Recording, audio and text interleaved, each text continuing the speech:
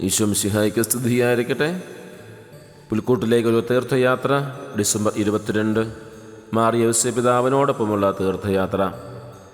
പുൽക്കൂട്ടിലേക്കുള്ള യാത്രയിൽ മാർ യൗസേപ്പ് പിതാവ് സ്നേഹത്താൽ നിർവഹിക്കപ്പെടുന്ന ഉത്തരവാദിത്തങ്ങളുടെ പാഠം പഠിപ്പിക്കുന്നു.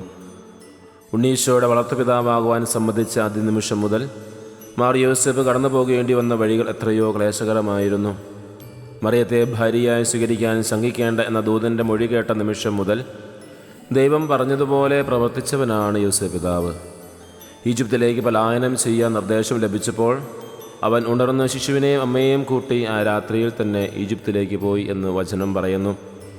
ദൈവഹിതാനുസൃതം ഉത്തരവാദിത്വം നിർവഹിക്കുന്നതിന് അന്ന് തന്നെ അപ്പോൾ തന്നെ തയ്യാറാകുന്ന പുണ്യപിതാവ് ഈജിപ്തിൽ നിന്നും ഇസ്രായേലിലേക്ക് മടങ്ങിപ്പോകാൻ നിർദ്ദേശം ലഭിച്ചതിനെയും ചോദ്യം ചെയ്യാതെ യൗസേപ്പ് അനുസരിച്ചു.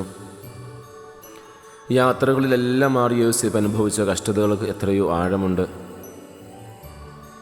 കാലാവസ്ഥയുടെ പ്രതികൂലത, യാത്രയുടെ ക്ലേശം, ബന്ധുമിത്രാദികളുടെ എതിർപ്പ്, ഉള്ളിൻ്റെ ഉള്ളിൽ ഉയർന്ന ചോദ്യശരങ്ങൾ, ഇവയൊന്നും ദൈവം ഏൽപ്പിച്ച ഉത്തരവാദിത്വം നിർവഹിക്കുന്നതിൽ യൗസേപ്പ് പിതാവിനെ പിന്തിരിപ്പിച്ചില്ല.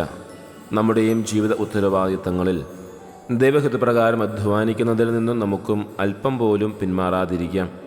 തിരുസഭയുടെ സംരക്ഷകനായ മാർ യൗസേപ്പിനെ നൽകിയതിന് ഞങ്ങൾ നന്ദി പറയുന്നു.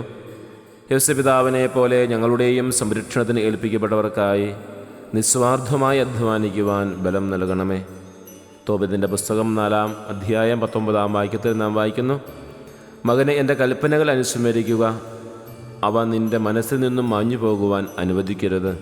ദൈവമേ, അങ്ങയുടെ കൽപ്പനകൾക്കനുസൃതം ജീവിച്ച് നിരന്തരം അങ്ങയെ മാത്രം മഹത്വപ്പെടുത്തി ജീവിച്ച യൗസേപ്പ് പിതാവിനെ പോലെ ദൈവഹിതാനുവർത്തികളാകുവാൻ കൃപ തരയണമേ.